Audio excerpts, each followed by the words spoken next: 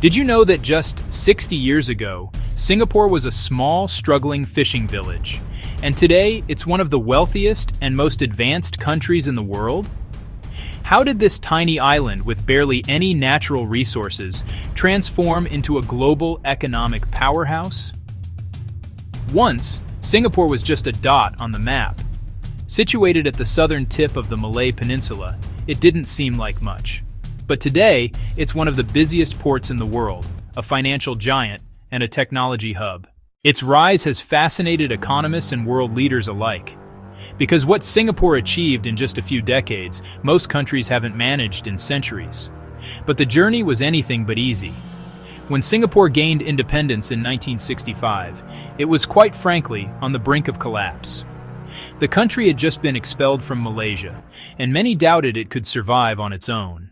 There were no natural resources to speak of, no oil, no gas, no farmland.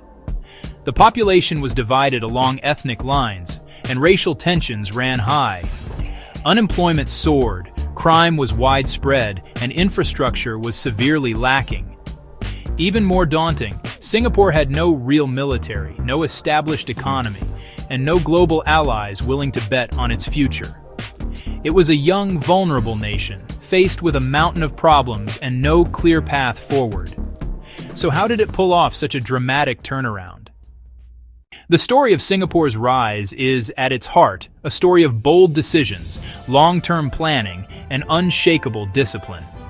Under the leadership of its first Prime Minister, Lee Kuan Yew, the country's leaders recognized a hard truth.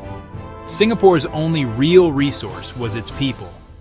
They placed a massive focus on education, creating a system that emphasized math, science, and bilingualism, and preparing students for the global economy. They made it clear, success would be built not on natural wealth, but on human talent. Next came trade. Singapore opened itself to the world, embracing globalization when many others were turning inward. It established free trade zones, streamlined business regulations, and welcomed multinational corporations. Its location made it a natural shipping hub, and soon, its ports were some of the busiest on the planet. Infrastructure was another cornerstone. The government invested heavily in public housing, transport, and city planning. Clean streets, efficient transit, modern airports. These became not just signs of progress, but symbols of national pride. All of this was underpinned by a strict culture of meritocracy and zero tolerance for corruption. Public officials were held to high standards, and good governance became a national identity. But perhaps the biggest turning point came in the 1970s. Instead of staying locked in low-wage manufacturing, Singapore made a bold pivot. It began shifting its economy toward high-tech industries, financial services, and innovation. It was a gamble.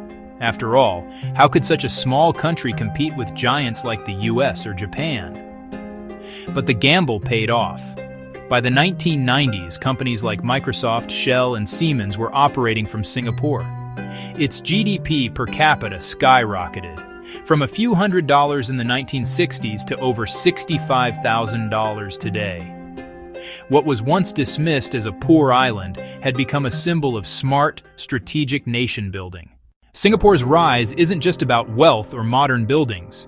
It's about the power of vision, leadership, and collective effort.